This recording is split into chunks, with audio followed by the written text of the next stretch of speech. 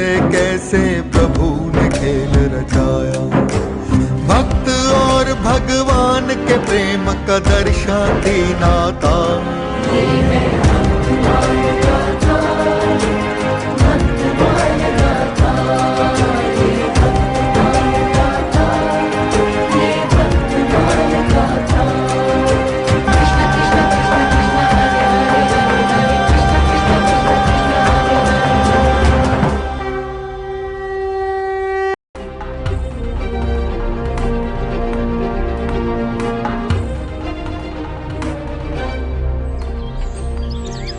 आप सभी लोग यह कैसी बातें कर रहे हैं? आप सबके मुख से एक बालक के लिए ऐसे कठोर वचन शोभा नहीं देते।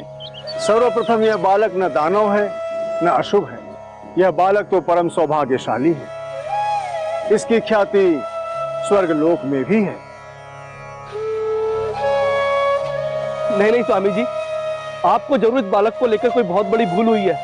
ये बालक कोई साधारण बालक नहीं है। ये तो एक दानव है, दानव। हमने स्वयं अपनी आंखों से इसके विनाश की माया देखी है।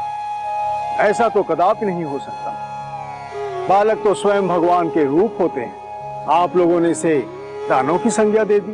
बाल्यावस्था में तो प्रत्येक बालक को अभिभावक की आवश्यकता होती है, और आप लोगों ने इस बालक को घर से, समाज से, ग्राम से निष्कासित कर दिया। आप लोगों का हृदय इतना कठोर कैसे हो गया? ये बालक अपने माता पिता और पालनकर्ता सभी के लिए दुर्भाग्यशाली है। यह बालक दुर्भाग्यशाली नहीं, बहुत ही भाग्यशाली है। अभी इसकी परीक्षा की घड़ी चल रही है। यह बालक जग में लोक कल्याण के लिए आया है। साक्षात परमात्मा का आशीर्वाद इसके साथ है। नहीं तो मैं कहां चित्रकूट में रहने वाला इस बालक को ढूंढते हुए यहां चला आया। मेरा तो सौभाग्य है कि ईश्वर ने इस बालक का गुरु बनने के लिए मुझे स्वयं चुना है। भगवान के निर्देश के अनुसार मैं इसे अपने साथ ले जाने के लिए यहां आया हूं।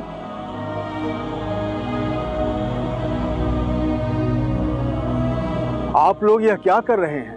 हे महात्मा श्रेष्ठ, हम तो क्षमा मांगने लायक भी नहीं हैं। हम तो सचमुच बहुत ही दुर्भाग्यशाली हैं। जहां आप भगवान के आदेश पर चित्रकूट धाम से इतनी दूर हरिपुर इस अनाथ बालक की रक्षा हेतु यहाँ तक आ गए, वहाँ हम इसके इतने निकट होते हुए भी इससे दूर ही रहे कि कहीं हम पर कोई आंच ना आ जाए। हमसे ये क्या अनर्थ हो गया? हमने एक नन्हे अनाथ बालक से न केवल उसका बाल्यकाल छीना, अपितु उससे घर से बेघर भी कर दिया, उससे ग्राम से निष्कासित भी कर दिया। जिस अनाथ बालक की हमें सहायता करनी चाहिए थी, हमने उसका अन्न और जल का अधिकार भी छीन लिया। हमारी मति मारी गई थी, हम पथभ्रष्ट हो गए थे। भगवान, हम सब तुम्हारे अपराधी हैं बेटा। हमने तुम्हें दानव समझा, जबकि वास्तविक पापी और दानव तो हम सब हैं। हम तो मानव कहलाने के योग्य भी नहीं है पुत्र। हे भगवान, हमारे पापों की कोई सीमा नहीं है, हमारे अपराधों की कोई क्षमा नहीं है। हमें माफ कर दो। हम सब ने तुमको कितनी यातनाएं दी है, कितना प्रताड़ित किया है। उस प्रताड़ना के बोझ तले कैसे जी पाएंगे? हमें माफ कर दो पुत्र, हमें माफ कर दो। मनुष्य के जीवन में घटने वाली घटनाएं ईश्वर की इच्छा से ही होती हैं। कदाचित इस बालक के भाग्य में यही लिखा हुआ है। पुत्र, इन सब को क्षमा कर दो। क्षमादान ही सर्वश्रेष्ठ दान होता है।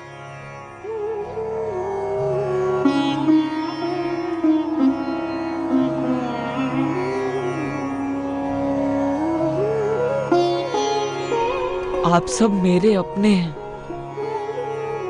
इस गांव के सब लोग मेरे काका काकी हैं। मुझे आपसे क्षमा मांगनी चाहिए, जो मेरे कारण आपको दुख पहुंचा। दुख तो हम सब ने तुम्हें पहुंचाया है। तुम बहुत महान हो राम बोला। हम सब ने तुम्हें समझने में भूल कर दी।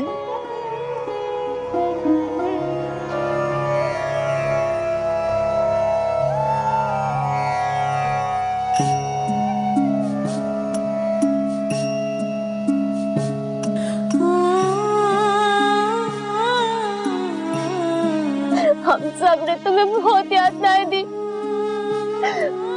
सखी चुनिया की आत्मा कितनी दुखी हो रही होगी। मैं मृत्यु के पश्चात उसे क्या मुंह दिखाऊंगी।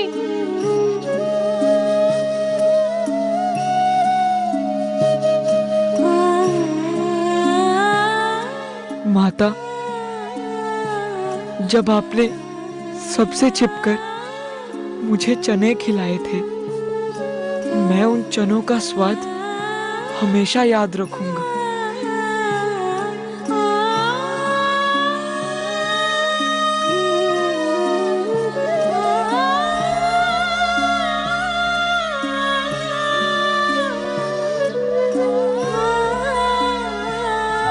कितने महापापी है, जिस प्यार और ममता के तुम अधिकारी थे, हम सब ने तुमको उसी से वंचित कर दिया।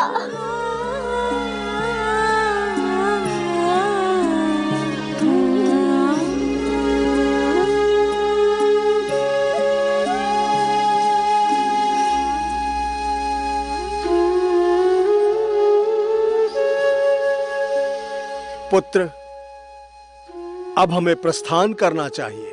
किंतु महाराज, हम सबकी तो अभी आंखें खुली है। जिस भय और घृणा की वजह से हमने इस बालक को दूर कर दिया था, हम सबको उसका पश्चाताप करना है महाराज। आप सबने इसके जीवन में महत्वपूर्ण भूमिका निभाई है। अब इसके जीवन का दूसरा अध्याय आरंभ होने जा रहा है। इसे योग्य और श्रेष्ठ बनने के लिए यहां से प्रस्थान करना ही होगा। अब इस बालक को शिक्षित और दीक्षित करने का समय आ चुका है। यही प्रभु की इच्छा है। यदि प्रभु की यही इच्छा है तो हम किस प्रकार इसे रोक सकते हैं? कदाचित इस जीवन में राम बोला से भेंट हो ना हो, तो आपसे प्रार्थना है कि हम राम बोला को प्यार और दुलार करना चाहते हैं।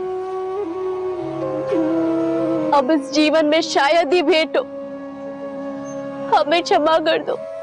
माता, अगर ईश्वर की इच्छा हुई तो हम अवश्य मिलेंगे, और मुझसे क्षमा मांगकर मुझे लज्जित ना करें। आप सब मेरे प्रणाम को स्वीकार कीजिए और मुझे जाने की आज्ञा दीजिए।